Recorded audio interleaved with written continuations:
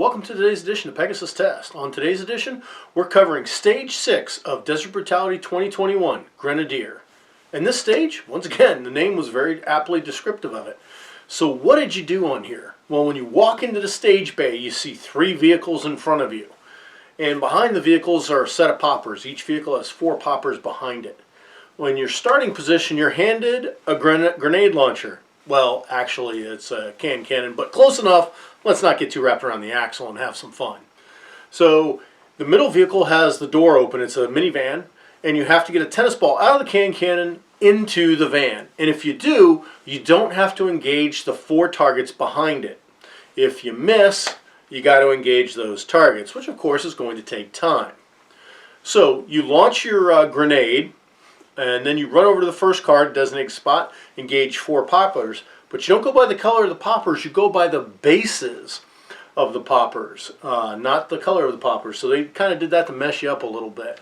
You go over that first car, engage those 4 poppers. If you didn't get the grenade into the van, you have to engage the 4 poppers at the van. If you did, you get to skip those. You go over to the third car, engage the 4 poppers there. And then you dash over to the VTAC, and through the 7 designated holes, you engage the targets. It's downrange at 50 meters. Pretty straightforward stuff. Super fun stage. Let's take a look at what happened. All right, shooter. Are you ready? Ready. Stand by. Oh! Hey! Got it. Good shot.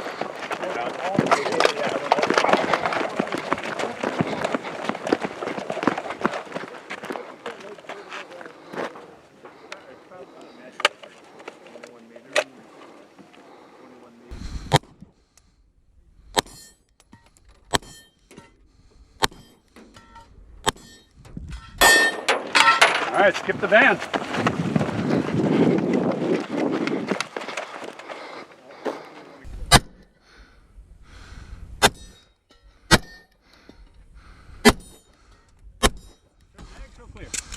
Clear.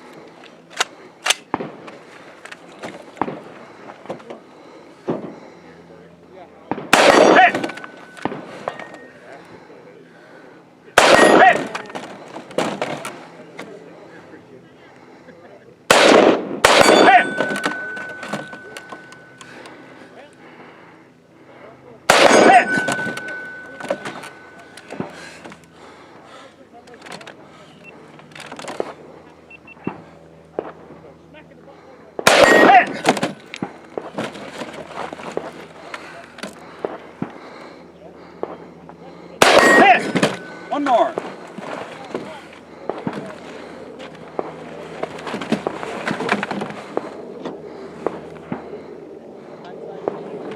Who the fuck are you? Hit! All right. Oh, shut clear. Clear.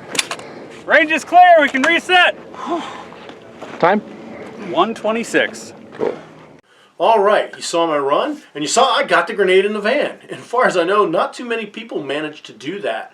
All I know is somebody on our squad did it, Carl from InRange did it, and I think 1 or 2 other people, maybe a little more, just polling among the people after the match. Not a lot of people made that shot. And it was a bittersweet shot because it went in and it bounced out, but that still counted, or some people went all the way through, still counted. As long as it went in that door originally, it counted for you. So that was super awesome for me. So I got to go over to the first thing. Got hung up on my gear a little bit. I was able to get the pistol out of the holster, but it was catching on something on my armor and just not letting me out. So I shifted a little, and that was able to allow me to get the pistol out. Missed the first shot because I was a little flustered, but cleaned the rest. Went over to the third car, and the secret to that car was the second window. because from the second window you could see all four targets instead of moving window to window and wasting some time. So the car section went pretty good, dashed over to the VTAC, and that's where I started to have a little trouble. First thing is, magazine wouldn't go in, and I'm kind of mad at myself, but not mad at myself that full 30 round mag on a closed bolt doesn't always go in with GI mags. Usually it's never a problem with P mags. This time it decided to be a frickin' problem. So wasted too much time there friendly just getting the magazine in the damn rifle.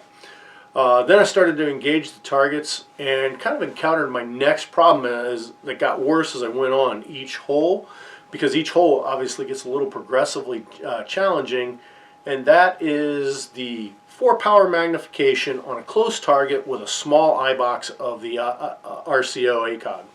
And it's just like, when I got down to that 5th one, I'm like trying to find the target and, you know, get the eye box just right. And when I did, now, target was filling the scope, so missing wasn't going to happen, which was neat.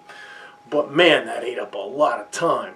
And then when I got to the last position, prone with the armor and the mag pouches and everything on front of me, I couldn't get low enough to see through the hole, so I had to adjust my position, taking time, and then the stage was over.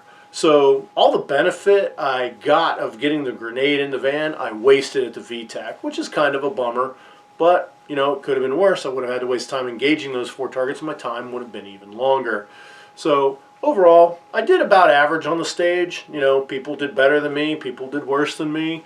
Had a lot of fun on this stage. This one probably tags the funnest thing because that grenade launcher was just such a variable.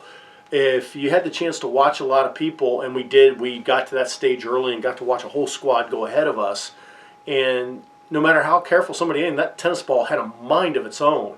Mine happened to fly straight and true, but a lot of people's did weird things, like they would curve and go over, curve and go under, you know, hit the rim and bounce out, hit the top, hit the bottom, and then bounce out. So, you know, getting that thing in there was just luck, and I guess luck was on my side that day.